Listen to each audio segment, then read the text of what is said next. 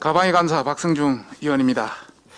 문재인 정부와 거대 여당인 민주당이 언론, 방송, 통신을 장악하고 자기 입맛대로 부려먹기 위해서 KBS 수신료를 인상해준다, 중간 광고를 허용해준다 등 방송에 대해서 여러 가지를 내놓더만은, 다른 한편으로는 거대 여당인 민주당 이낙연 당대표가 앞장서서 정부 여당의 불리한 가짜 뉴스를 보도하면 징벌적 손해배상을 요구할 수 있는 법을 2월 중에 통과시키겠다고 엎어놓고 있습니다.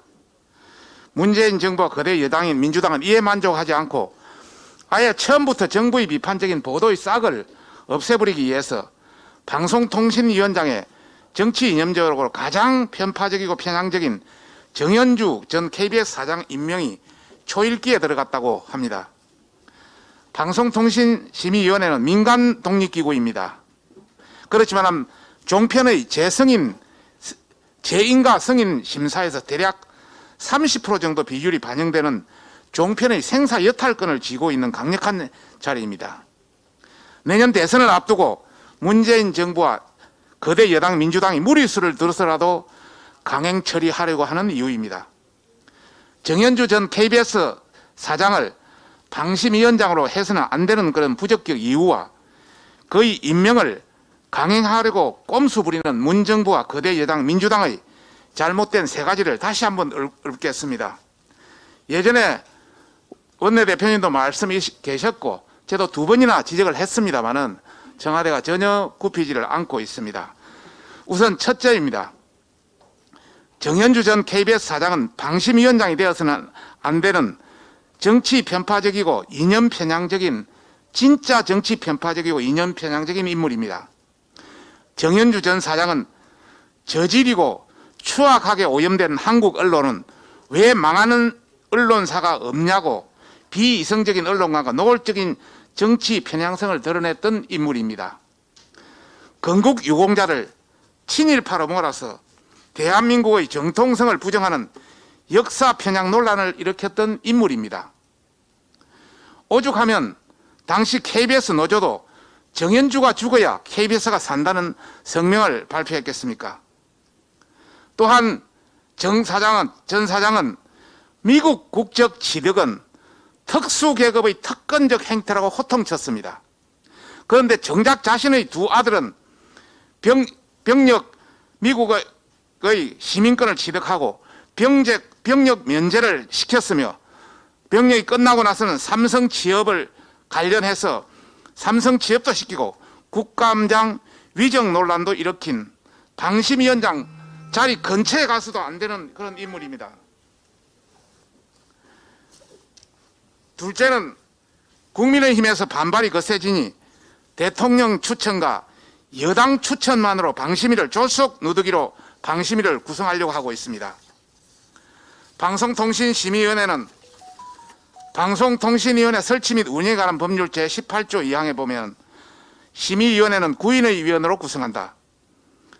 이 법조항이 생긴 이후로 한 번도 9명이 아닌 일부의 방심위원으로 구성한 전례가 없습니다.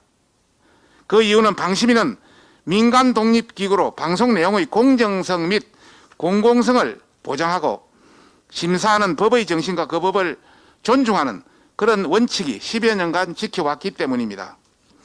즉 방심위는 9인으로 구성될 수 있으며 9인 구성이 안 될 경우에는 구성 요건을 갖추지 않아서 심의위원장 1명, 부위원장 1명을 포함한 상임위원장 3인을 호선할 수 없으며 방송통신 등 소위원회도 구성할 수 없고 새로운 사무총장도 임명할 수 없습니다.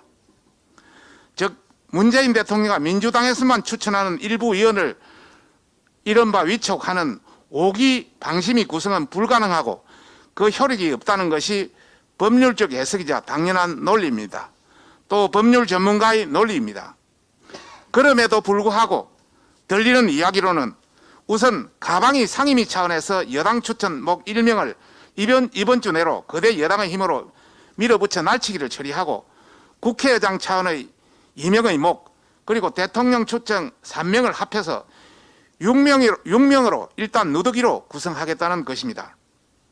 무엇이 부끄러워서 정부 여당 추천 목인 방심위원장을 당당히 밝히지도 못하고 무엇이 조급해서 법을 어기고 전례를 어기가며 방심위를 누더기로 여당만으로 편파적으로 급조하려 합니까? 이전 정부에서는 야당이었던 민주당의 반대로 인해 늦게는 7개월이라도 뒤늦게 구성되더라도 여야 합의로 결국 구성되었습니다.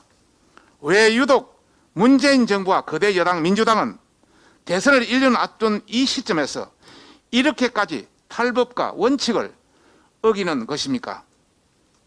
세 번째는 지난 목요일 가방위 전체회의에서 방심위 사무총장 출석을 강력히 반대했던 이유가 거대 여당 추천으로 방심위를 구성하려는 업무였던 것 같습니다. 국회 가방위 전체 업무보고에서 방심위원장이 공석인 관계로 우리 국민의힘은 방심위 사무총장을 통해서 업무보고를 받고자 했는데 민주당의 완강한 반대로 방심위 사무총장이 국회 가방위 전체에 참석조차 못하는 사태가 발생했습니다. 방심위 사무처는 방통위법 18조에 근거해서 방심위는 당연히 여야 합의 9인으로 구성되어야 한다는 발족해야 한다는 의견을 피력했고 청와대와 민주당은 이러한 방심위 사무처의 태도가 본인들의 뜻과 다르니 국회 출석 자체를 원천 봉쇄했다는 정보를 저희들이 갖고 있습니다.